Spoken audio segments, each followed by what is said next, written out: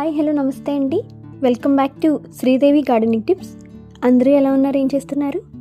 నేను నర్సరీ నుండి వారం క్రితం ఒక గులాబీ మొక్కను కొని తెచ్చానండి. ఈ గులాబీ మొక్కను ఎలా రిపోర్టింగ్ చేసుకోవాలి, ఏ పాటింగ్ మీడియాలో నాటాలో, ఎలా నాటాలో మీకు చూపిస్తాను. చాలా సింపుల్ అండ్ ఈజీ మెథడ్ ఈరోజు మీకు చూపించబోతున్నాను. గులాబీ మొక్కలు వింటర్లో బాగా పువ్వులు పూసే సమయం కదా.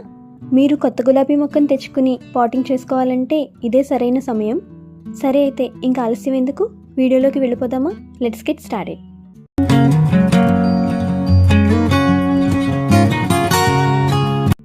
నేను లాస్ట్ ఇయర్ నుండి గులాబీ మొక్కలను మట్టిలో కాకుండా కోకోపీట్లో పెంచడం స్టార్ట్ చేశానండి.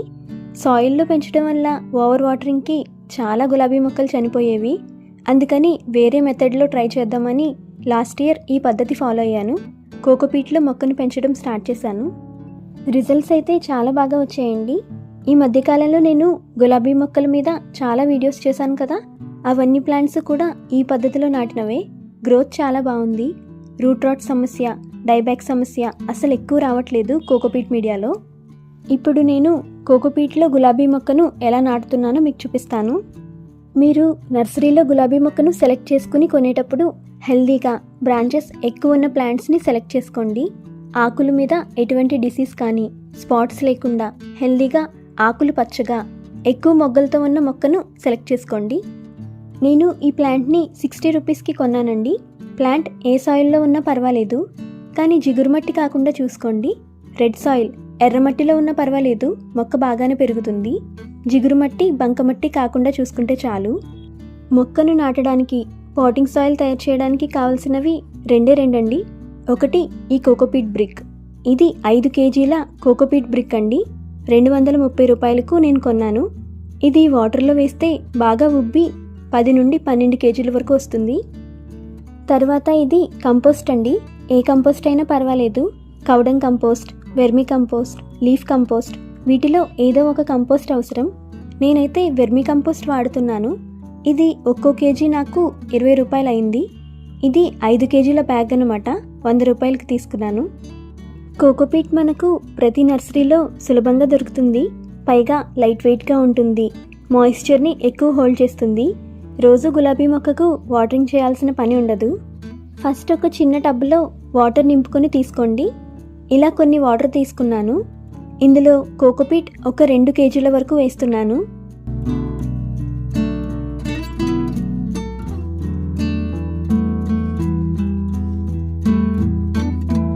ఒక 5 నిమిషాలు ఇలా వాటర్లో కోకోపీట్ వేసి వదిలేయండి. 5 నిమిషాల్లో వాటర్ పీల్చుకొని వాటర్ అబ్జార్బ్ చేసుకొని ఇది ఇలా ఉబ్బుతుంది.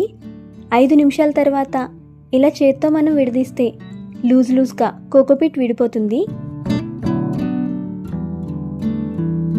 ఈ విధంగా కోకోపీట్ వాటర్లో ఇలా పూర్తిగా తడిసిపోవాలి.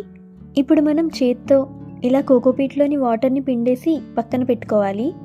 ఇలా ఎందుకు, ముందుగా పాటింగ్ చేసే ముందు మనం కోకోపీట్ని వాష్ చేయాలంటే, కోకోపీట్ ఫ్యాక్టరీలో తయారైనప్పుడు సోడియం, పొటాషియం అలాంటి కొన్ని ఇంగ్రీడియంట్స్ దీనిలో కలుస్తాయి.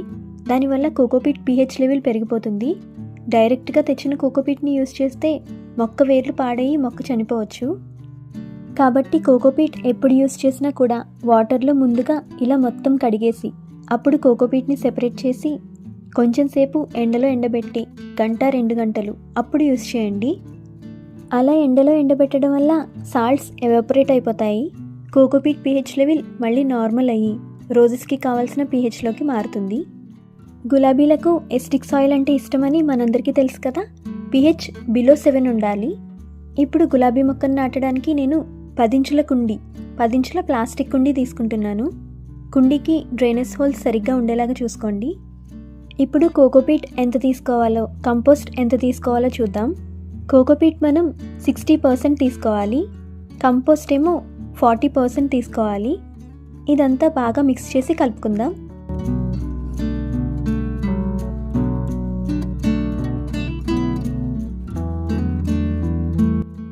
ఇప్పుడు కుండీలో ఈ పాటింగ్ మిక్స్ని నింపుకుందామండి.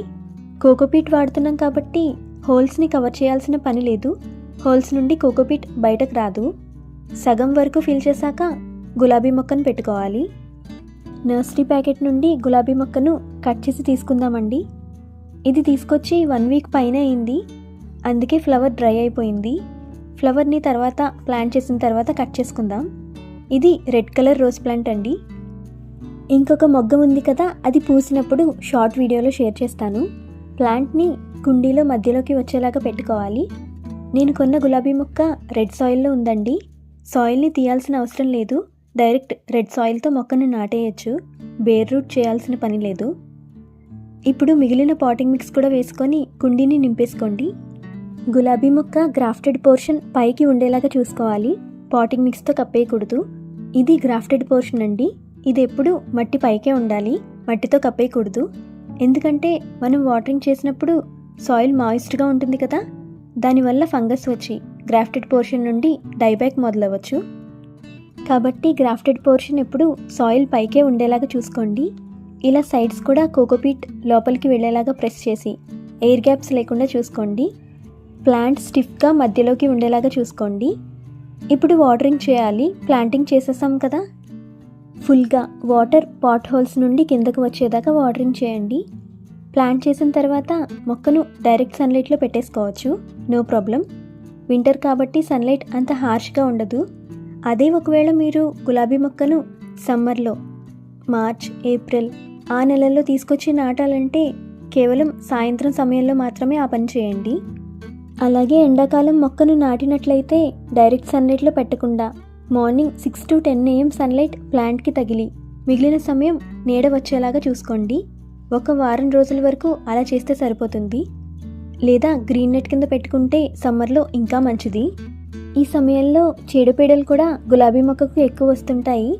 ఒక వారం HPM సూపర్ సొనాటా స్ప్రే చేయండి, తర్వాత వారం ఎగ్జోడస్ స్ప్రే చేసుకోండి, మళ్ళీ తర్వాత వారం HPM సూపర్ సొనాటా స్ప్రే చేయండి. అలా ఆల్టర్నేటివ్గా స్ప్రే చేసామంటే ఎటువంటి చీడపీడలు మొక్కకు రావు. మొక్క మీద షవరింగ్ చేయాలన్నా, పెస్టిసైడ్ లేదా ఇన్సెక్టిసైడ్ స్ప్రే చేయాలన్నా పూసిన పువ్వులను కట్ చేయకముందే లేదా ఎండిపోయిన పువ్వులను కట్ చేయకముందే చేయాలండి.